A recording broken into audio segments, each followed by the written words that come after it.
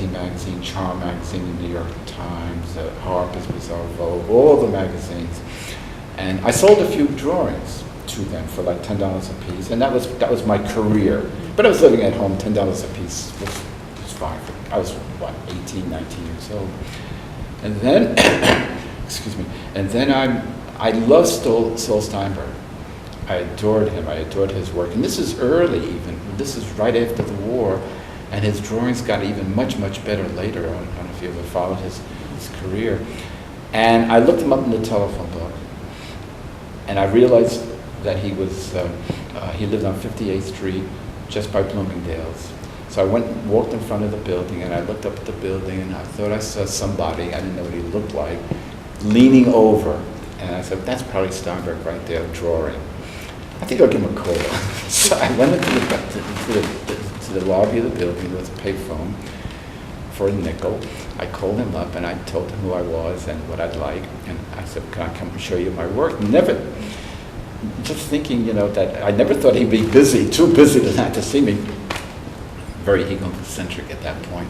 And I ran up the stairs. It was like a brownstone, so there was no elevator. I ran up the stairs about the third flight, and I knocked on the door, and he was discombobulated because he was still on the telephone, and I was knocking on the door. But he recovered. But I wasn't even aware of the fact that was the wrong thing to do. It was socially ungracious, perhaps.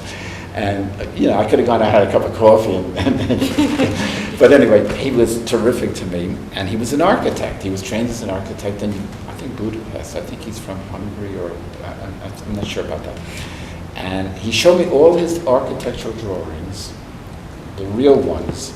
And then he showed me his drawings of buildings, which were his cartoon. Cartoons are the wrong word for that, but they were takeoffs. The railroad stations and things like that. And he said, you see, I could draw these takeoffs because I have that structure, that idea of the things within me, because I was trained to do the other ones. And he said, you don't know how to draw. I didn't fight with him, but I said, what do you mean I don't know? These are drawings, aren't they? There's pen and ink on paper. He said, you really don't understand drawing. And so I said, well, what should I do? He said, I would go learn how to draw, go to a life drawing class and draw. So I signed up at the Art Students League and studied with George Gross, who was a terrific teacher. Very, very passionate, very warm man. He was always red-faced. And the class was very crowded because it was after the war. A lot of GIs were. It was at the Art Students League. And I tried to learn how to draw. So I just finished it. So just the point here is I got more and more involved with painting and high art. So I never really saw the other thing as a viable way of doing things. Okay. Well, part of this too, it is paint, but there's a fair amount of different technique. This is not stretching a canvas, but using the various saws and tin shears and things like that, for your Mukfa works. How did you get through that learning curve of working through, wood saws and drills? And was there a lot of trial and error, or did you do construction when you were growing up, or just? No, it was like I had a frustration because I was getting very tired of the big canvases I was making. They weren't working for me anymore, even though I had a gallery in New York and she was selling everything I did, but I just didn't want to make them anymore. And they were very large paintings, probably 70 by 80 inches approximately, with a lot of little detail. And I get to and I always started, I used acrylic paint, which I love because it dries immediately. So I never did what other painters do. They do skins or layers. They do the first layer, then they go on top of it and change it. Then they build their paintings up out of layers. I never did that. I always just painted from the very beginning. I just started a media thing and finished it. And then I would just branch out. And if I would change it until I got it right, the way I liked it. But then later, in the very beginning, I was very enthused. So I had all the energy to do that. And I had a first women's show in New York. And I sold everything out, so I was really saying, hey. But then by the time the third show came along, I was finding myself with leftover up to the frame, and I said, I don't really want to finish it. But then on the other hand, God, I worked on it for the last 6 months. What am I going to do? And I thought cutting it out didn't make sense. So I went to the edge. But then I said, I'm not going to do this anymore. I'm not going to stretch a canvas. And let me try wood. And because wood you can, cut. So I cut the wood small because I always worked in the center.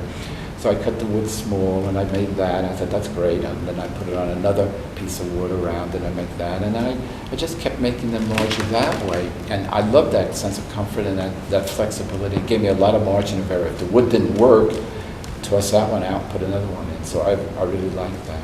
The only downside to that is I could never see my paintings vertically. Everything was always on the table. Well, one thing leads to another. You realize you can do it this way with wood, and also you realize something can be sticking out, and you can have a dimension. I never really thought about doing reliefs. I guess these are kind of reliefs in a sense. And then another thing. Then I ran out of wall space much later, and I said, well, I still want to make paintings, but I don't know where to put them. So then I started doing things. I did some things that hang from the ceiling, and I did some things that sit in the middle of the floor. So all of a sudden I was building things. And then, because I'm not very good at it, I'm kind of nervous and kind of clumsy. And when I'd make something, they wouldn't quite fit. And when I wanted to make something like this gate here, I really felt I needed somebody who really knew how. Because if I made it all by myself, I'd probably fall down, tip over. Well, it takes good tools, that are accurate to miter them properly and all that. But even so, the complexity of putting all these pieces together is monumental. And having the space to do that and having the vision, for further down the line for, what these will be, is really, really remarkable. Just drilling holes to stick toothpicks in or silk flowers or, whatever else. So when you started creating, the heroes, villains, and mermaids, and you had this, world of Mukva, were your students aware? Did you have a double life with them? I had a double life with them too. So who was the real Ron Markman? Well, I always taught grammar just like Albert's taught. I never thought, again, I really followed his model in the sense, I never thought I was going to teach content. Albert used to laugh if somebody would paint squares, except squares that might be triangles. He would sort of be amused by that. And he had his vision, and vision was a big word with him. And when I taught, I never wanted anybody to paint the way I did at all. I wanted them to paint what they wanted to paint, what they believed in, what their vision was. All I really wanted to do as a teacher was to help them realize that vision, which is what Albert's did. And I think I owe a great debt to him because finally I figured out how to do that. I didn't know. It's a language of vision. It's very different from verbal language or musical language. You really have to be sensitive and sensitive to it. Do you think he used his approach? Not in personality, because you're a very different personality than Albert's, but his approach to things. Do you find that your teaching style is similar to what his was? Yeah, probably. Yeah. I would go in to say with graduate students, they all had their own little studios, and I would just look at everything. They'd sign up to see me maybe once every 2 weeks, once every 3, whatever, varied with students. And I would just walk in and I would look around and I just look at things which I thought made sense visually. Students, I thought, especially graduates, they really had this very firm idea that what they want to express. And that's so overriding as compared to as to how to express it. And they focus so much on that. And it's really hard to get them out of that to recognize its form and content. You really got to marry the two. And so I'd go into the room and I'd say, you see, I think this is really making sense visually. And I would try to, and you made it, not me. And you made a lot of things in here, but I think there are some things I can show you seem to make sense the way you put things together. They read. You can read them. I hate that word, but that's what artists use. It doesn't read. And I think that's how I taught, and that's how Albert taught. He said to me once, and he said that to other people, that, you have scrambled eggs for brains. I think everybody, all my friends were once told that. And that was right. He was right, because I didn't know what I was doing. And it's not a mental thing, it's a visual thing. And then the visual tells the mind yes, that's right. It's not, anyway, I think you get the point. And that's what I did as a teacher. And when my students would see my work, some of them were dubious. They said, well, wait a second, he's doing this, and he wants us to do that. But I think it's the same thing. I mean, a realist painter who's painting figures in an environment has certain logistical problems to solve, the light and things like that. I have other kinds of problems to solve, and they're all visual problems that you have to solve.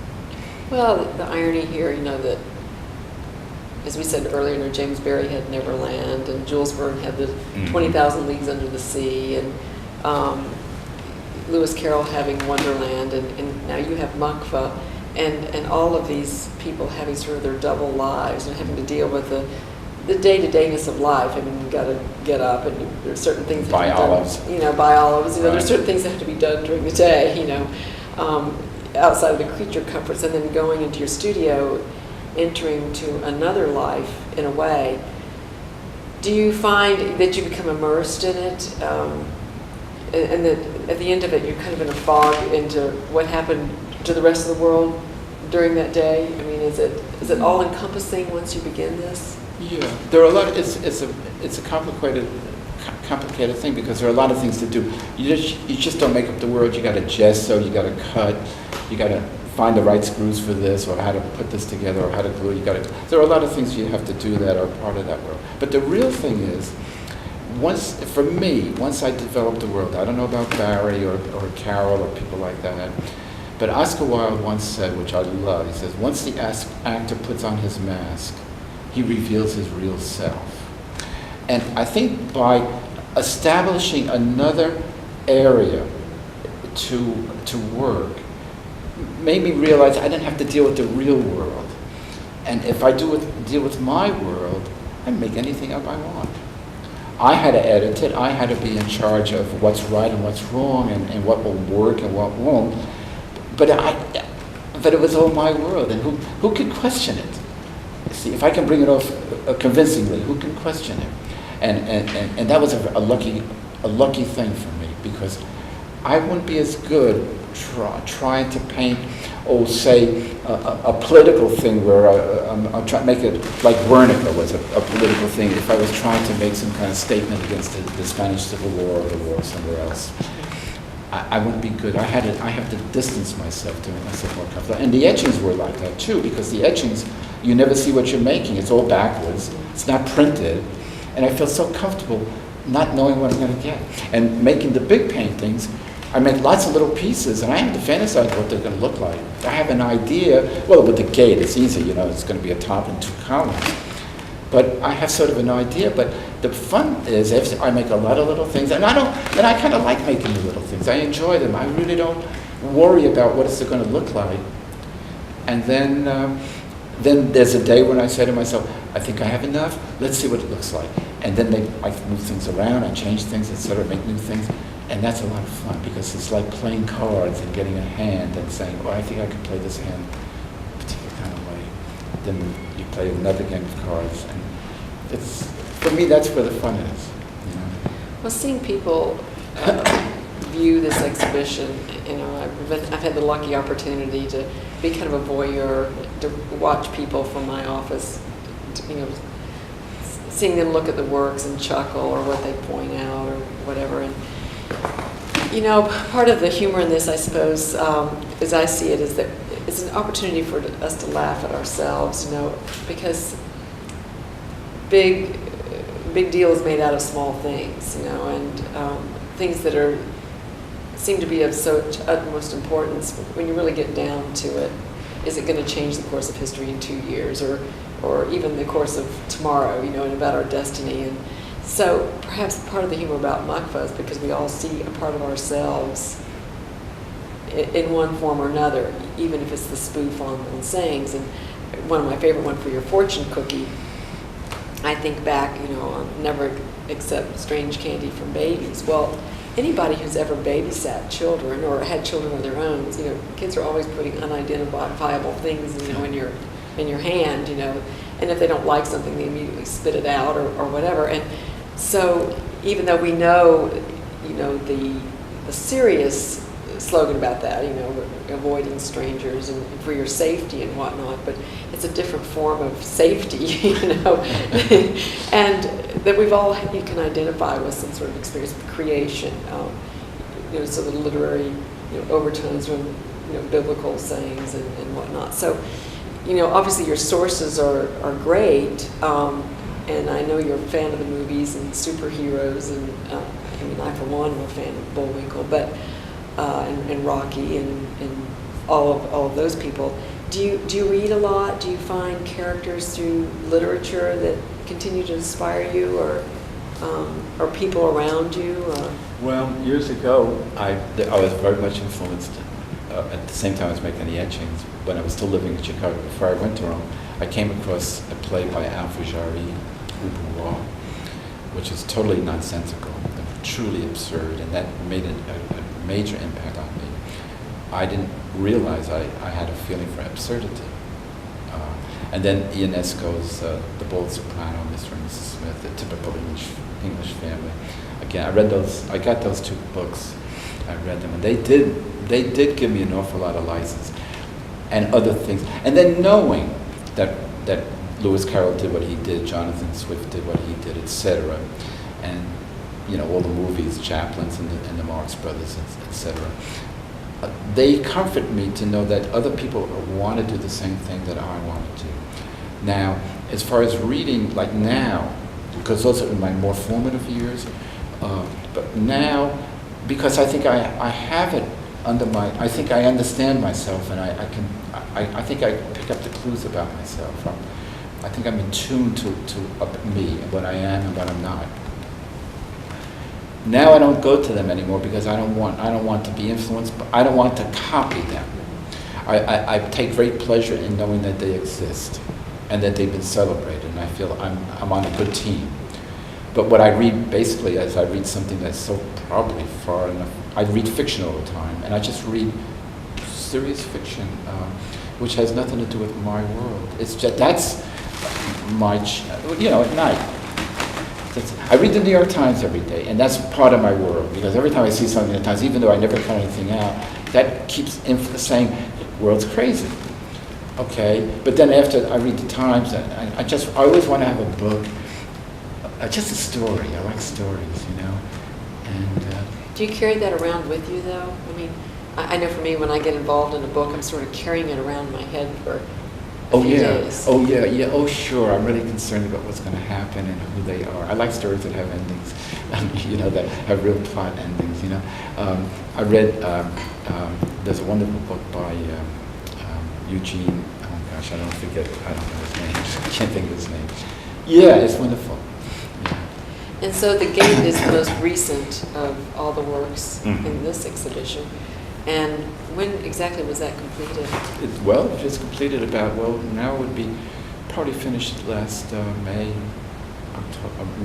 yeah, just before the summer. Took about 3 years. I never write down, I don't keep a diary, I never write down what I started at the Gate today. I just... Did you know it was going to be a Gate, or were you just starting? Yeah, I knew it was going to be a Gate. There was I saw it in the travel section of the Sunday Times once, a long time ago, a big, it was a facade, a Tibetan facade. It was just lovely. And I just loved it, and it's just visually, it's just so exciting with all the little parts and everything. And I cut it out. I said, I'd like to do something like that. And so I made the Gate, which has nothing, they're not the same, but you know, it wasn't a gate, this facade, it was just a wall. And that was my inspiration. But then I never look at it again. I cut it out, keep it, I have a file, put things in it, and it's there. And if I wanted to tomorrow look at it, or show it to you or somebody, it's there, but once it's a sort of the starting point, it doesn't mean very much to me anymore. Then I have to go back into myself and figure it out. And do it. So what are you working on now?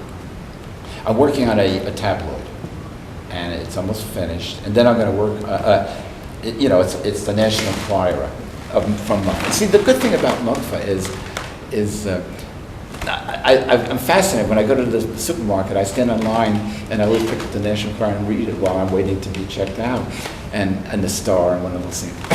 And then I said, I want to do one, but by having the fake country, you have fake characters you can use in it, you can just, it's all fake. And it makes it very real to me. To be fake makes it very real to me. It's not really fake. Art's very different from life, you know. And then I write, and then the other thing is, I do the writing, and I don't know if it's any good or not, because I always thought, gee, I'm not a writer. I was never trained as a writer. In fact, I was a very bad student. My grammar's terrible. When I was a professor, I used to labor over the memos I'd have to write to the deans and things like that. And I just didn't want to. I was a jerk. And led us a recommendation I have to write for students. Anyway, so I never believed in myself as a writer. And I'd write them, and I'd pick out the ones I thought were the best. And then I said, well, it'll be saved by the visuals. Because I feel strongly about the visuals, because I studied that all my life, and I taught it. And then the show, one of the nicest things about the show is that people really just got involved with the writing, and one lady even said to me, I'm a very good writer. I couldn't believe it, you know. And the visuals are there, but I think the people just saw the little things I write, and they liked them, and that made them. It was like the time when I told you about the etchings and seeing people, and it was another thing that gave me a lot of comfort, strength, and support. I feel better about them. Because people share your sense of humor, or, you know, on what level? I mean. Well, then I think they were stupid for starters. Mm-hmm. You know, Mm-hmm. I mean, people seem to be really engaged in that. And there's so much writing in this show. I mean, nobody has to read everything. But some people did. I would never read everything. I mean, if this was somebody else's show, I wouldn't read. I'd read a lot, but then I'd get the point and I'd go on. But people just can't, and people would tell me all the things I wrote. I wouldn't even, so a lot of the things were done a long time ago. Not the gate, but some of the other things, the Mukfa walls, and other things like back there. I would write things like in 1970, say, and like people would say, oh, I love what you wrote there on that particular painting, and then I read it. I don't remember writing it. Mm-hmm. I must have written it. It was in my handwriting, but I don't remember it. Excuse me. And I like that. It really warms me. Well, your cityscape was very reminiscent of, you know, a bustling big city, and you are from New York. And in some respects, you know, your cityscape reminds me a lot of the world that Woody Allen sort of portrays, you know, this bustling city, his own family, you know, I don't know the spoof, but being reared, you know, by the roller coaster, you know, at Coney Island, and it has that sort of bedlam and mayhem and humor about it. And do you perceive the city that way? I mean, that's the way it is. Yeah, and I love Woody Allen. I love Mel Brooks. You know, and they're both Jewish, as I am, and they're both from New York City, and it's just like in the blood somehow. You know, and Mel Brooks loved musical comedies, and then he did The Producers recently, which we had seen, and it's terrific. And he obviously, and he said so in interviews, like he loved going when he was a kid to see Ethel Merman and people like that, and he wanted to do something like that, you know, and he did a great job. And I'm not an actor. I wouldn't dare be on stage. I fall apart. I couldn't do it. So I hope that what I'm doing here, in solitude and quiet in my studio, nobody sees me working. Nobody's there to watch and applaud me or laugh. I feel that just doing it that way, and the show has been terrific in that sense, because it is like my own personal musical comedy, but in paint and in wood. well, you know, we had a dialogue earlier about how things have been laid out according to how I thought the story went, and of course you told me there was no story. What is it? And there's still a story, but because you've got these various characters, and I suppose everybody puts together the way they see it. You know, for me, you know, Dan is sort of fumbling, you know, always in pursuit of Betty, you know, the hot gal in town, and you know, I think we all went to school with people like that, or have worked with people like that, you know, that are almost successful but not quite there, you know, just fumble it in some way, and so and don't quite make the mark, but almost, but still a great guy, you know, and really in, you know, a noble quest. Do you see yourself in that? Mm-hmm. Oh yeah. Well, I identify with these people who appear to be losers or schlemiels. who don't look like they're going to do it, and at the very end, they're the ones that do it, you know, and then you've got a whole list of people. You have Chaplin, you have Keaton, you have Woody Allen, it could Soldier Schweik. I was listening to the Magic Flute yesterday. I don't know if you know the opera, but Papageno. I love Papageno. I love